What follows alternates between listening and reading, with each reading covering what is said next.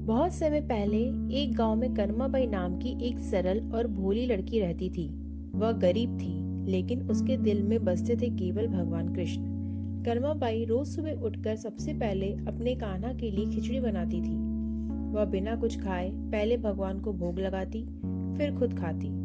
कर्माबाई को पूजा पाठ के नियमों का ज्यादा ज्ञान नहीं था। वह बस अपने भगवान से एक बच्चे की तरह प्यार करती थी। एक दिन उसने जल्दी जल्दी उठकर बिना नहाए ही खिचड़ी बना दी और प्रेम से बोली, हे कान्हा, आप भूखे होंगे, पहले आप खा लो। एक दिन गांव में एक साधु आए। उन्होंने देखा कि कर्माबाई बिना नहाए ही भगवान को भोग लगा रही है। साधु ने कहा, बेटी, भगवान को भोग लगाने से पहले स्नान करना चाहिए, साफ सफाई रखनी चाहिए, तभी भोग स्वीकार होता है। कर्माबाई ने सिर झुकाकर बात मान ली।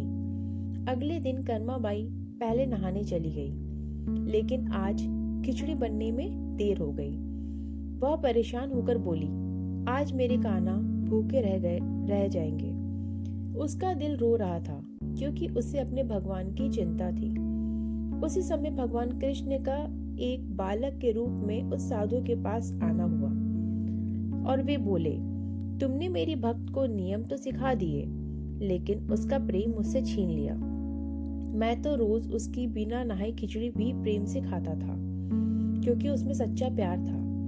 साधु यह सुनकर स्तब्ध रह गए।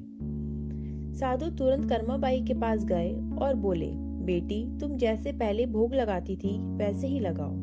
तुम्हारी भक्ति से ही सबसे बड़ी पूजा है।